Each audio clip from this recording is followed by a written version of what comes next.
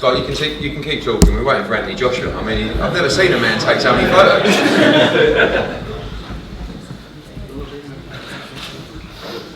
Mark, I think you suggested the venue, did you? yeah. No, I mean, there was a few people moaning about the size of it, saying that, you know, the way to go somewhere big, but, you know, the first time you wanted to be a sellout anyway. Looking at the City West, it's a little bit far out. I think the O2, they didn't probably tell you more about it. I don't know if there was something going on anyway, but I just thought that, you know, the stadium. It's no, sorry, I meant the venue for today. Not today. This is where he wanted the fight to be on August the 30th. Guys, I just want to say it's tremendous to be here, and I'm really buzzing just even about the turnout today. You know, we've got plans to move forward in many markets, and this is definitely one that is a #1 priority for us. August the 30th is just the beginning, and you know, we're here today because this is the end goal. You know, to bring a show to Croke Park. And I know that's adventurous, and I know there's been shows here before, Muhammad Ali in 1972. And we've got another great heavyweight with us today. But we always like to dream big, but we start on August the 30th at the National Stadium in Dublin, which already sold out, I think, about the first 11 or 12 minutes. Appreciated, only 2,350 tickets made available for that event. And the concept started really with Matthew Macklin. We started speaking, and he had a plan and a desire to return to Ireland to box. And really sees this as his new focus. Obviously spent a lot of time boxing in America, had some huge fights out there, and of course I feel wrongfully given a loss against Felix Sturm as well. But now it's a new era for Matthew Macklin as well as Irish boxing, and we'll kick off on August the 30th.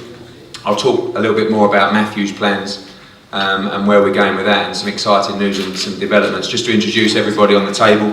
Down on my far right, a gentleman we're delighted to have on the show. I've heard a lot about, very popular and a very promising young fighter. Please put your hands together and welcome Luke Keeler.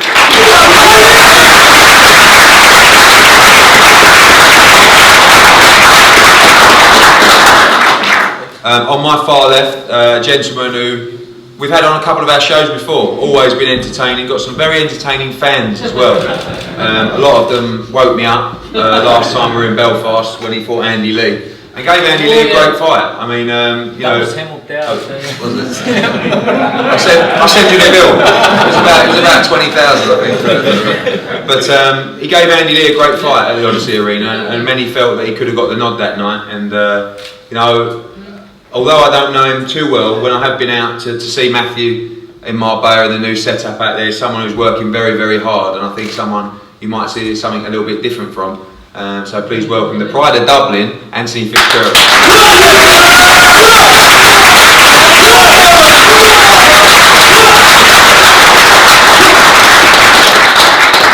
And his opponent, someone who is a top quality middleweight, obviously been in the likes of Billy Joe Saunders and talked about as one of the top middleweights around in the domestic division.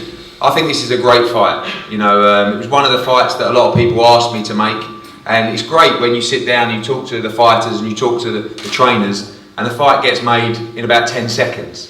And I wanted to bring something a little bit different to this card. I wanted to bring a little bit of a grudge match, something with some nice banter and a lot of rivalry. And the other part of that, please welcome O'Sullivan.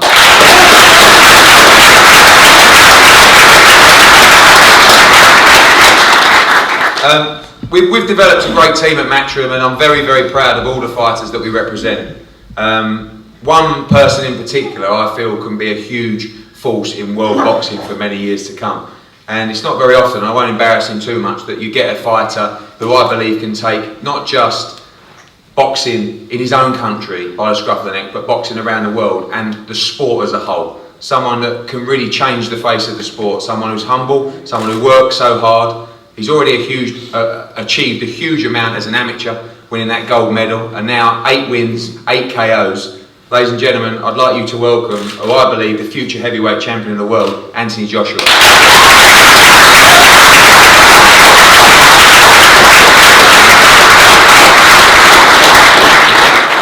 And of course, you know, we wouldn't be here without him. And I mean that because we've needed a reason to come here. and Matthew Macklin has given us that reason, and joining up with us, you know, we've done our part of the bargain. This one was always about dipping our toes into the water in August and really trying to break into the market, but already the response that I've seen, not just on ticket sales, but from the fans, from the people, and also the plans that we've got for him. And just before I introduce him, to talk a little bit more about that. Now, this is a guy who I believe is one of the top middleweights in world boxing. I think his attitude is, I will fight anyone. And his fight on August the 30th wasn't really supposed to be this kind of fight. It was originally going to be a 10-rounder, just a tick-over fight to get him up for the big fight. People talk about Martin Murray, Andy Lee, or Sam Solomon later in the year. But an opportunity arose to fight Jorge Sebastian Hyland, who's a WBC number 4. Very, very talented southpaw fighter.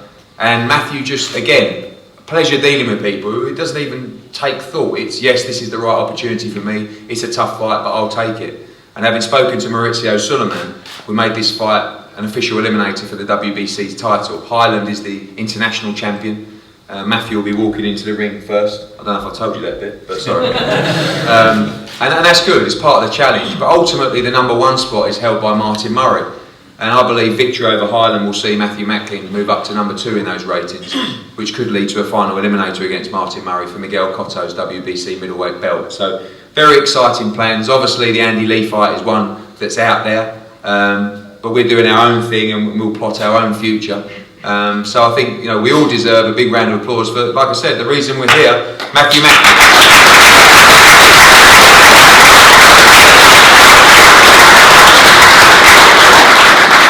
I'm going to ask all of the guys to say a few words, starting with Luke. Luke, obviously a huge reception. I know that we didn't quite have the amount of tickets that you would have liked us to given you, but part of our plans for sure on these big Irish shows. Yeah, just glad to be on the show.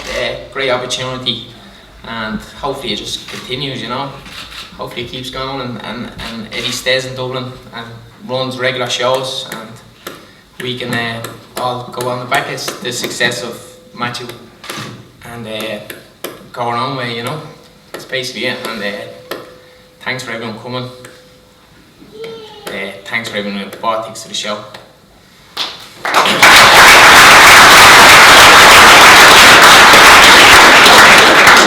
Spike, obviously it's going to be a great atmosphere in the National Stadium on the 30th, and your fight with Anthony. I know Packy's already told me that you're going to win, and he's planning your next fight with me in November at the O2 Arena. Tell us about the fight, and also, of course, your plans for the future and what you think about the fight on the 30th and the occasion as a whole. Well, firstly, I'd like to thank yourself, Eddie, and Matchroom Boxing for giving me this opportunity to showcase myself on Sky Sports. It's a big opportunity for me. I know a lot about Anthony. I consider him a good opponent. He's fit, he's game. He's got a lot of sport in his hometown. He's a guy I won't be underestimating. As I say, I know a lot about him. I've seen him fighting Andy Lee, Hassan Adam, guys I think who underestimated him and made a mistake. And he was therefore able to give him a good challenge on the night. But as I say, I will not be underestimating him. I'll be treating this fight as a real tough one, and I'll prepare him to my full ability, and I'll be ready on the night. And I'll be looking to beat him in better fashion than Hassan Adam and Andy Lee, and make a statement to the world middleweight division.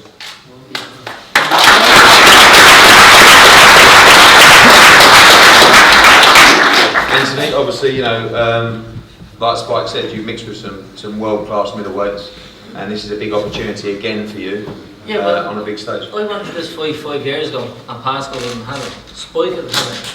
Pascal hadn't got the nuts to put the show on and let me fight.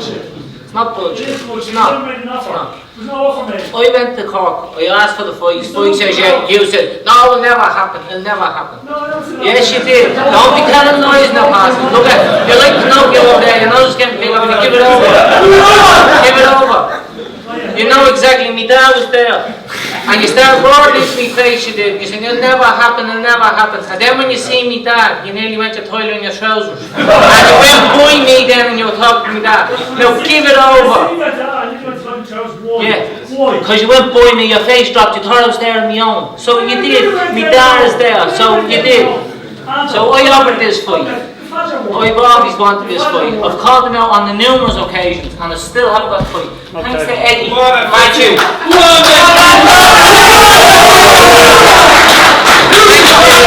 Eddie, Matthew, Seamus and Daniel, that this fight is going ahead now.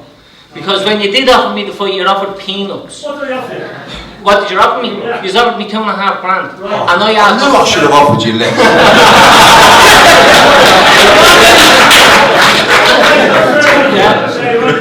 I spoke to your manager. Yeah. He asked for 5.5. I offered 5. We offered 5. We asked for 5. Well, let's not talk about money, but this is killing me. You said this, I said that. Yeah.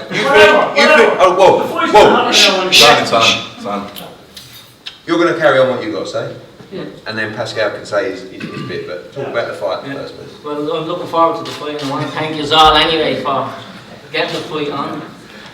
And what have you, so I look forward to Sean Spike up on August 30th. Packy, you can say something you've got to say. Right, fair enough. One thing I'm not going to do is slag him off in front of all these people, give everyone a laugh. I'm not going to do that.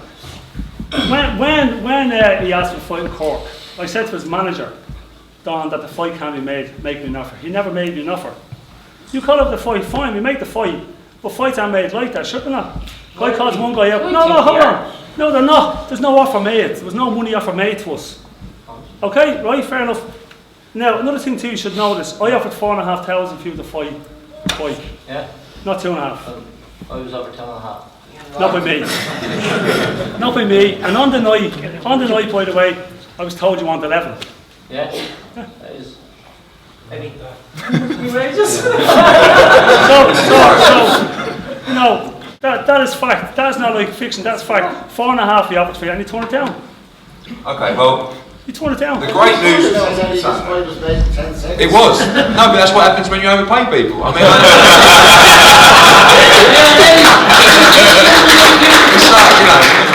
like that horrible moment when you go down a car showroom. And you look at a car and you think, I'm gonna really bid this guy. So, I'll give you 20,000. He goes, fine, thank you. And you go, oh no. And it's the same conversation with Pascal and Daniel. So look, the great news is that this fight is made and this fight is happening, and it's a great fight because there's a lot on the line. You know, not just careers, but there's pride on the line, there's emotion on the line. We've seen it, and those kind of fights are much more interesting to watch. So Spike O'Sullivan against Anthony Fitzgerald is a fight that I just can't wait to see, and I can sit back and just enjoy it. And literally, as always in the sport of boxing, may the best man win. So good luck to both men, and good luck.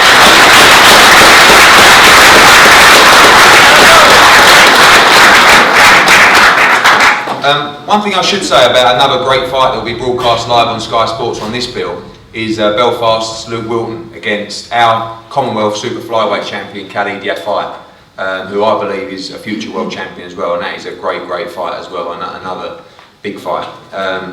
Before I move to Anthony, it's important to say that as well as Luke Keeler on the bill, Tommy McCarthy will also be on the bill. Delighted to be working with Pat again. John Ryder, one of our top middleweight fighters, also be on the bill. He's out sparring with Matthew next week. And Tommy Coyle, our lightweight from Hull, is also coming over on the bill as well. To say a few words again, he's had a fantastic. Yes, Declan Geraghty as well. Well reminded, thank you. I'm sure Matthew will say that. And a guy who's had a fantastic start to his professional career, 8 wins, 8 KOs. Just saw him a couple of weeks ago dismantle Matthew Skelton in Liverpool. To say a few words, Anthony Joshua.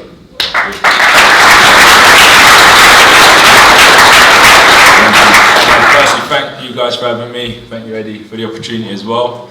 The fighting's always easier than the talking, but you guys have got me amped. You know, great atmosphere at the press conference. I can only imagine what it's going to be like August 30th. Really looking forward to fighting. Coming fresh off a victory in Liverpool. We're out here now, and just looking forward to getting down to business, and then hopefully I can sit back and watch everyone else handle their business. And once again, thanks for having me, and I'll see you guys in a few weeks, ripped and ready to rumble.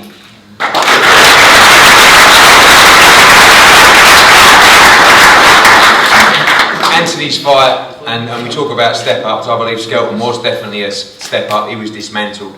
Will fight Yaroslav Zavarotny, who in his last fight went 10 rounds with David Price. Never been stopped, very, very tough. He's got about 90% knockout ratio as well, and it's a big test and step up for Anthony. We hope someone that can give him a challenge and more importantly, some rounds. Unfortunately, when you get hit by Anthony Joshua, that's not always the case, but it's the perfect fight for Anthony at this time. And over to the main man to say a few words. Matthew, take it away. Yeah, first of all, I want to thank everyone for coming. Thank all the boxing supporters that bought tickets, sold out so fast. As real humble here to show the support you have. I think it's also the fact that Irish boxing's been crying out for big time boxing to come back here. The days when Bernard Dunn was fighting for world titles, and even before that European titles, he was packing out. It was the O2 was the point then, and then later when he won the world title, the O2. So I think to be coming back here and being the person to bring big time boxing back to Ireland with Eddie and with Sky Sports, very proud to be doing that.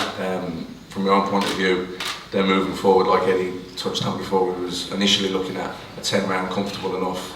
Just stay busy. I haven't been in the ring since I fought Lamar Russ in December over in Atlantic City in America. So initially we were just looking at a 10 round fight, but then when the opportunity came up to fight a WBC eliminator against Jorge Sebastian Highland, it was too good of an opportunity to turn down. It's I want to be in big fights. I've always took the biggest and the best fights available.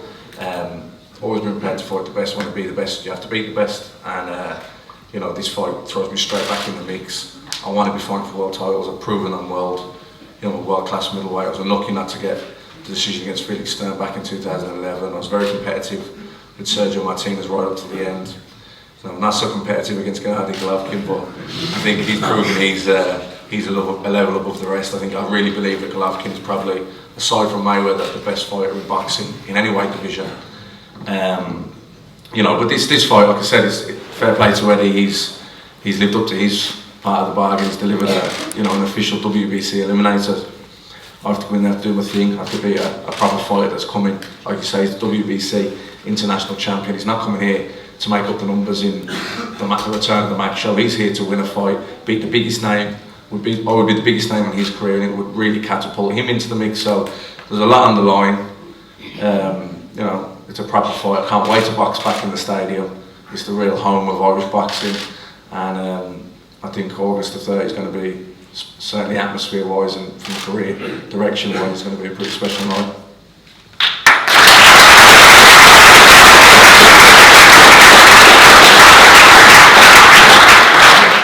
Thank you, Matthew. And obviously the plans moving forward from the National Stadium is to return in November. We have 2 dates penciled at the O2, which is November the 1st and November the 15th at the O2 for the next instalment of our development over here. And of course, long-term plan, hopefully, be out there at some point in the future, because having done the show at Wembley and looking out there, just again, to imagine that stadium full up would be something very, very special. So that's the pipe dream, but the immediate future is August the 30th and then November, but Matthew's got to get the job done on August the 30th in a very tough fight. Everyone here is going to be available for one-on-ones with all the media, and we'll do some photos up here shortly. In the meantime, any questions to the panel up here, any one of the fighters, even Packy Collins, from any of the media, all the fans, fire away.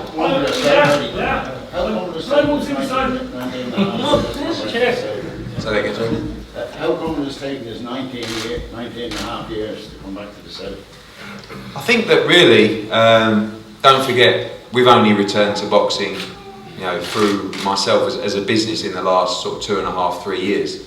So if you're asking me why it's taken me 3 years to come back, it's because we haven't really had the headliner, with all due respect. And listen, we did a lot, in Belfast with Carl Frampton. We had some great nights up there, but that's another story. And it's expensive to come over and run the production costs over here again and again and again without delivering the TV ratings.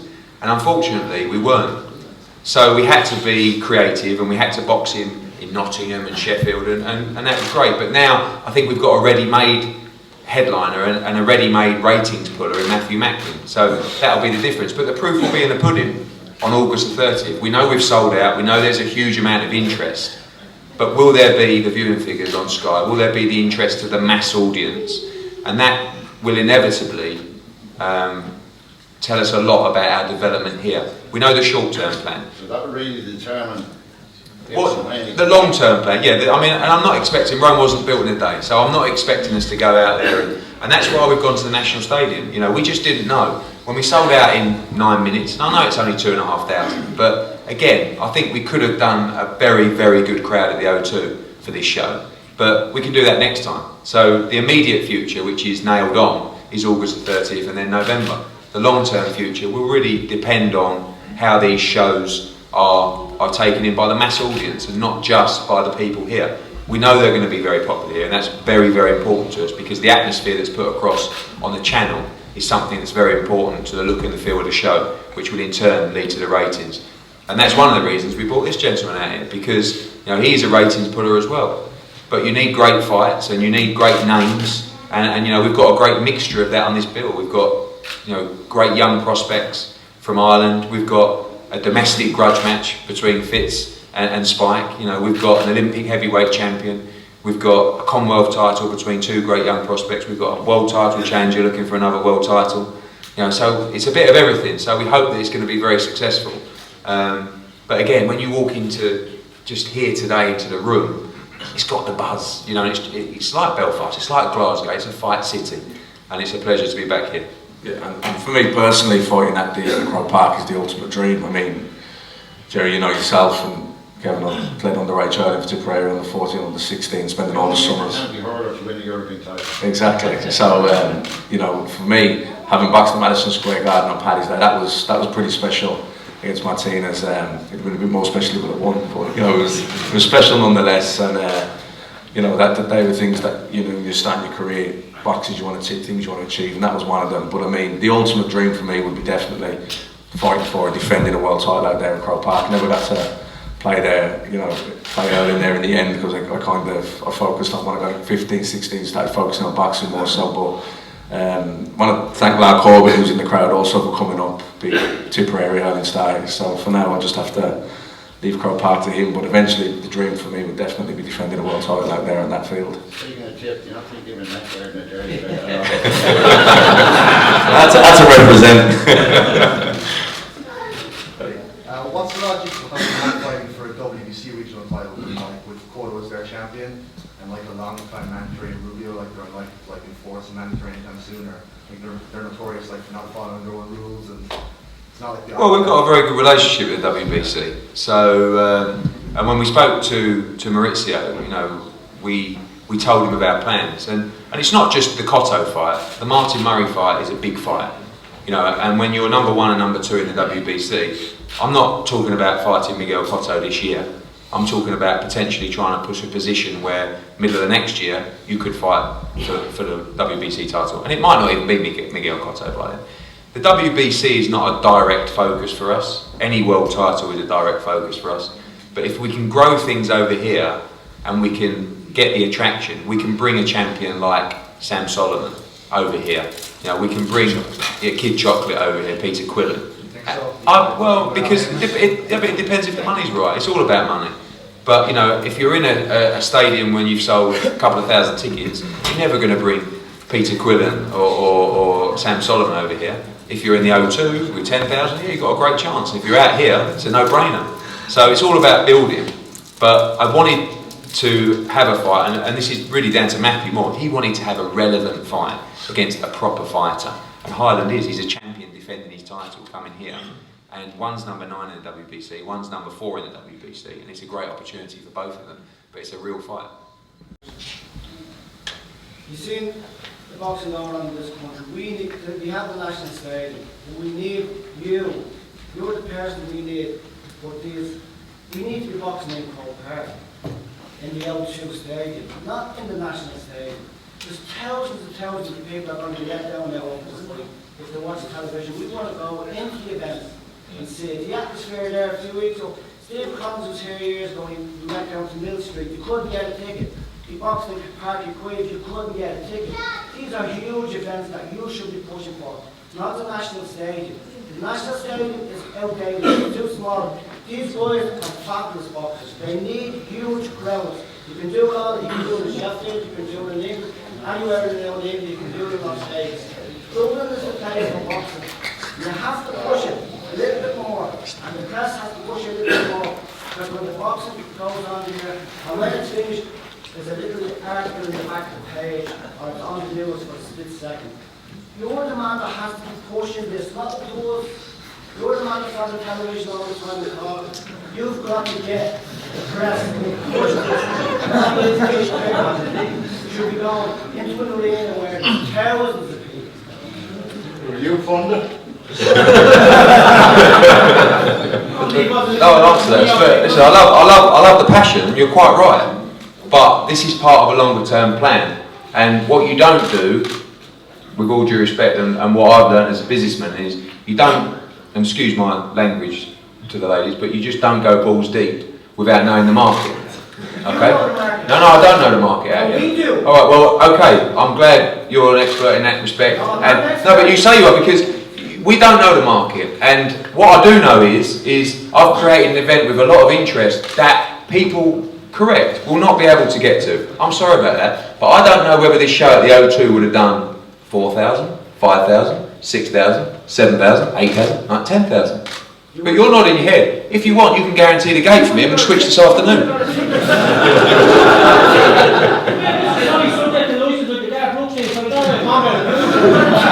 Anyway. This was.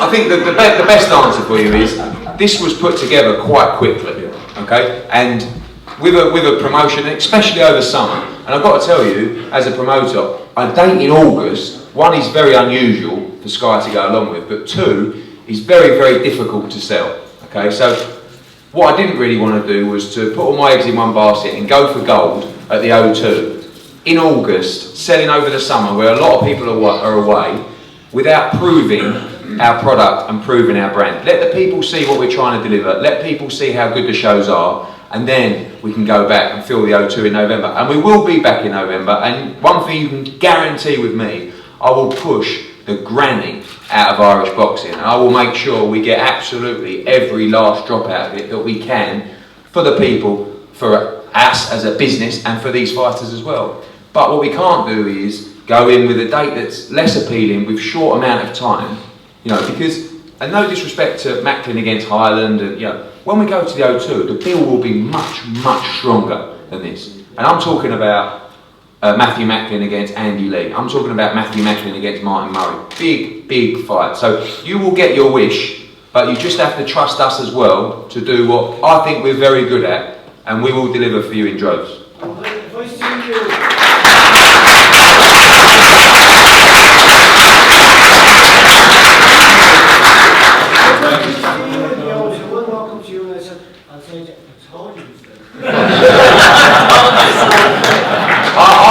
I believe in November, and like I said, I don't know what, maybe we would have sold this out in O2, and by the way, the date wasn't even available, so that's another story. So we were a bit stuck for a venue, but I still, you know, I felt that, and another thing is originally this was going to be Matthew Macklin and the prize fighter. We were going to bring a prize fighter here.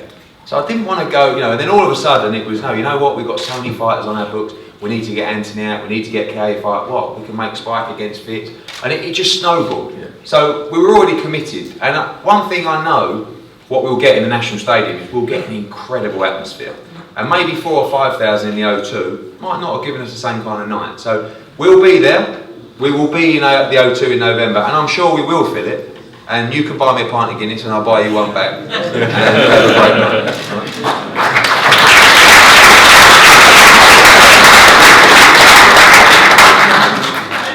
You say that you want to bring the big one back. Do you think that in November you could have like 50-50 fights which would give the Sky Sports range like Dane Bourne versus Pond Plusky, or the likes of Gary Fitzgerald-O'Sullivan versus Chris Eubank Jr., like, which would be a great fight because Eubank fought over 8 years ago, now his son is coming back to more or less do the same kind of business, you know what I mean?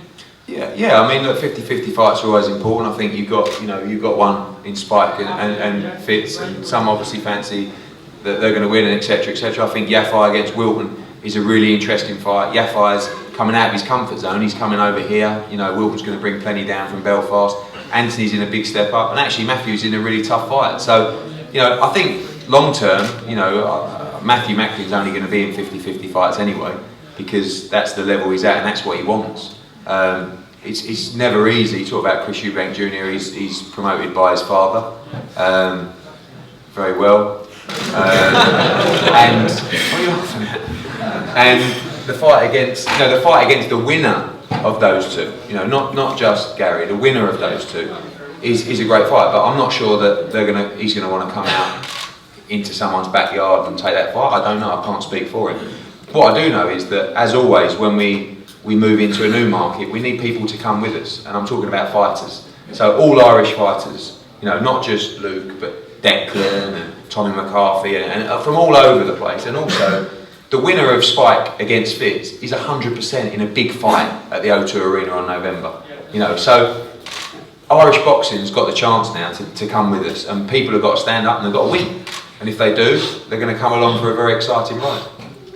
Hey, what about the likes of Corona and Ormond for World Fight? It's a great fight, yeah. It's a great fight. I mean, Anthony Croller's boxing on September the 13th in Manchester. We were very close to getting in the Abril fight for the WBA and lost that, unfortunately. But if you look at the WBO rankings, Croller and Ormond are right up there. I think Croller's 4 and Ormond's 5.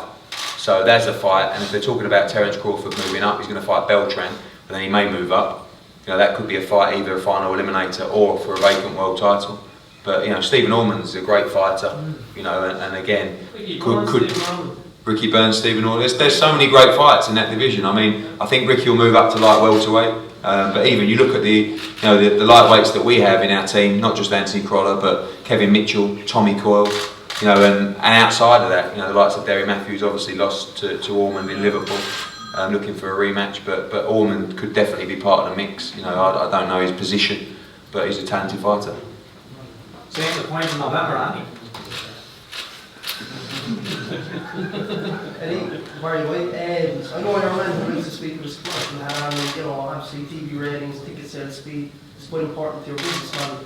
You alluded earlier on that, you know, you don't own this market, but I just like to point out as an overall product of in combat sports, Conor McGregor from the UFC set the world record for the UFC globally with his event a few weeks ago, sold 9,500 within 2 minutes.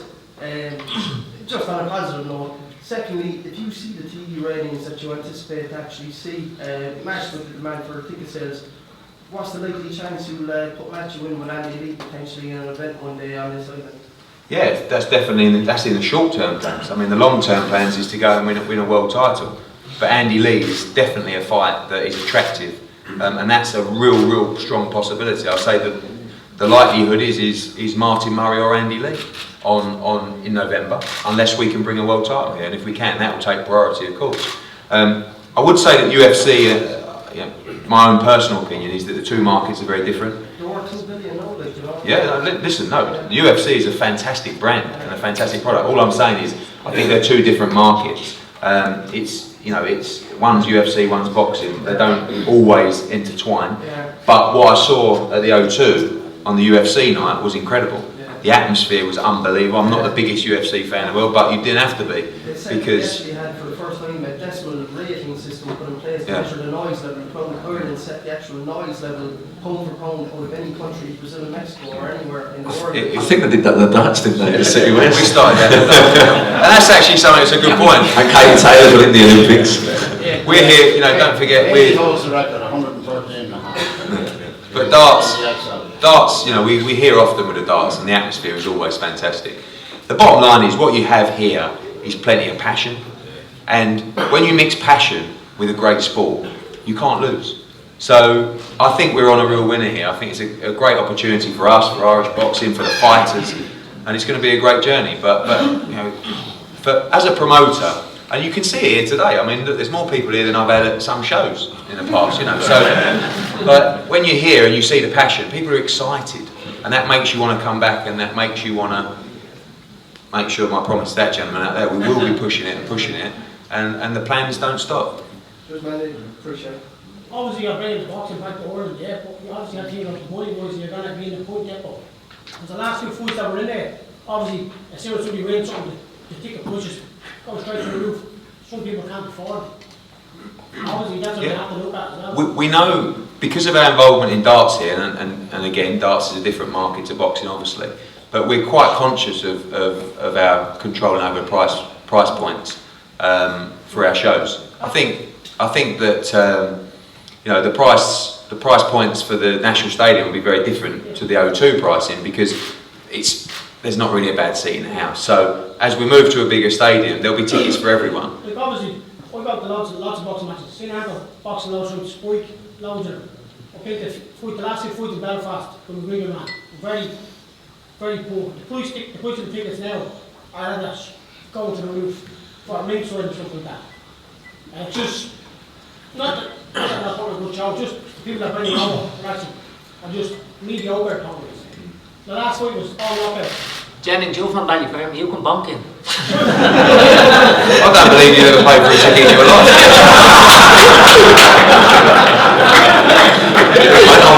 It's open.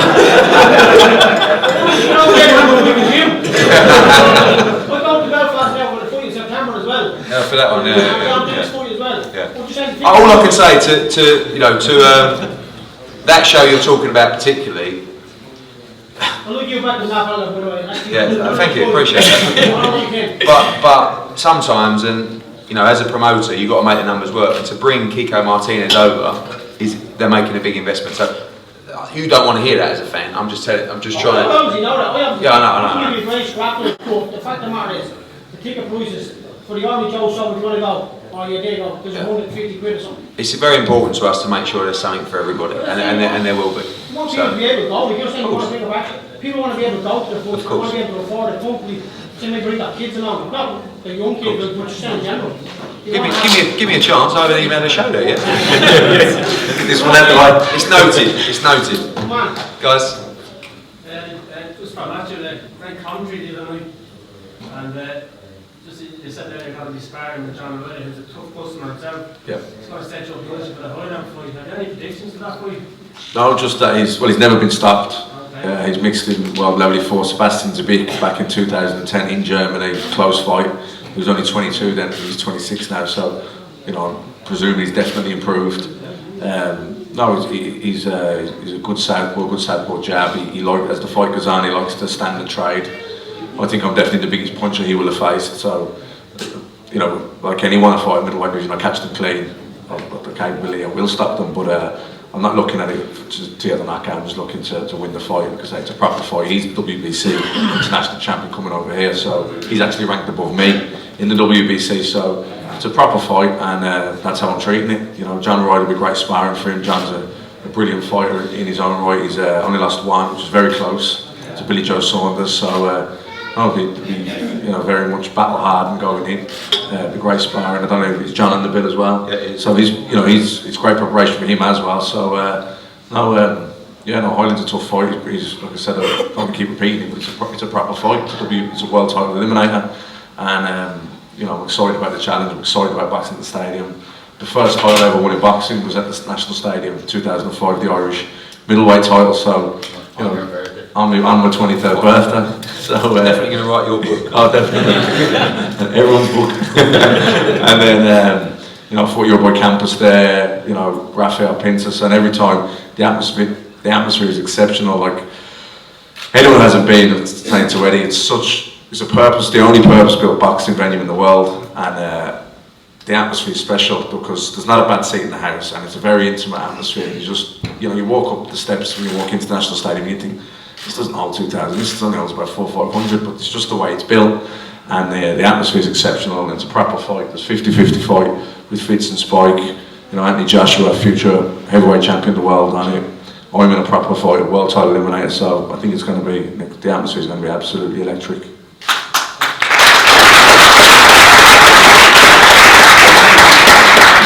Guys, we have 2 more questions, and then we're going to... Press conference going, it's very informative, We've learned how to fill Middle Street again, and we've learned how to fill the point up over the UFC. But getting back to the boxing, Andy, when you were introduced, You had a pop off Pascal. You're not fighting Pascal. You're fighting Spike. You come out with business that's private and confidential. 1 point. Second point, you brought your dad into it. So I know when you were a little child in the pram, I have great respect for mutual respect. There was no need for that. So just getting back to Spike, will it concern you that he folded you over one time in the gym with a half a body punch? Will that concern you in your preparation? Was you prepared for that? No. It won't body Won't that? concern me one bit. It won't concern you that? No. You gave me a bit of a boxing and so that upset Is that when I hadn't even got one fight? Is that the time when I was out and passing sparring? Well, Andy, you know, I mean, he hit you with half a body shot. Were you there? Over he went. Were you there? Oh, it was my No, gym. you weren't there. It was my gym. You weren't. Oh, you weren't there. Remember, look after they let you come in and train. No. You weren't there. And then, you know, Pascal helped you out in many ways. So And then, your private and then, with Pascal. and then, Andy, no. And then when Pascal and Spike used to One at a talk- time, one at a time, one at a time. Andy, your private business that you divulge at a press conference full of all around, just their own people, about Pascal, and about meeting Skinny or your dad, who we have great respect for. There's no need to have any dropping, excuse my apologies there, we have mutual respect, there's no need for that. This is about you and Spike, and all due respect to Matthew and to Joshua and to Luke, I would say it would have sold out either ways with the two of you. You know, this is the press conference, the tickets are sold, you don't need to give any bullshit. Can you tell Spike what you're going to do with him the way you are? Keep on passing that. What am I going to do with him? I'm going to clatter the head off.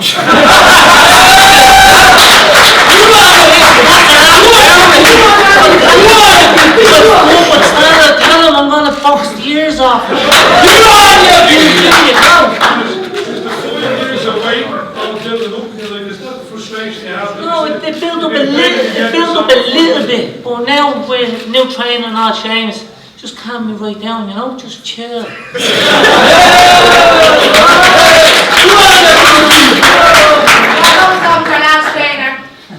You don't know, there's nothing wrong with me last night, That's fantastic. Last one. Andy, one question. Andy, what's your prediction this week? And you pick around? No, I won't be picking any round, but I'm going to win, and I predict a walk. So. Couldn't pick a round because you couldn't burst an egg. I said you couldn't pick a round because you wouldn't be able to burst an egg. I'm not burst you. Simple as that. Keep talking spaghetti arms. I'm actually going to give you that much of a boxing lesson. You're going to get rid of Pascal and you're going to hire me then to fucking train you. Could somebody please get me a translator up here? Yeah, because you're from Cork. Okay. Order. I'm very, very excited about this. I'm very sorry. I was going to do hands, right? I don't take it personal. Okay? Andy says stuff on the heat of the moment. I don't take it personal when Andy says to me. Fair play, Roddy speaking up. I don't need to. I'm actually thick-skinned. I'm in the business where you have to be thick-skinned. Who said that? Who said that? Who said it? You're hiding where you are. Anyway, sorry. It's great. Listen. Fitzy and Spike on a fight tonight, get to a ring and fight. I done it. None of you did. So shut your mouth, okay? Secondly, right, I don't think a person Andy says. I know Andy a long time. And there's a lot of talk that's on boxing. I've known lots of this. That's all boxing talk. And years down the road, should we sit and watch the next press conference, the whole lot. But don't take it personal. It's a fight. Alright? He'll say things to you, you say things to him. It's a fight. At the end of the day, listen. He'll say things which I can't. Yeah. So I don't take it personally, you say, right? I don't take it personally what he says. Okay? Guys, so people don't get carried away, so at the end of the day, it's just a fight. Yeah, So we let it all go. I agree. Okay. And it's also important to remember this is a sport, and you guys up here are role models to young people, and we've all got a role to play.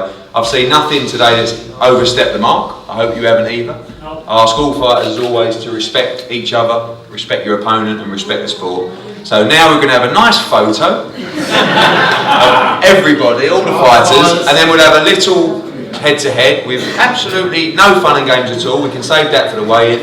And as always, a huge thank you for coming out today get ready for August the 30th and get ready for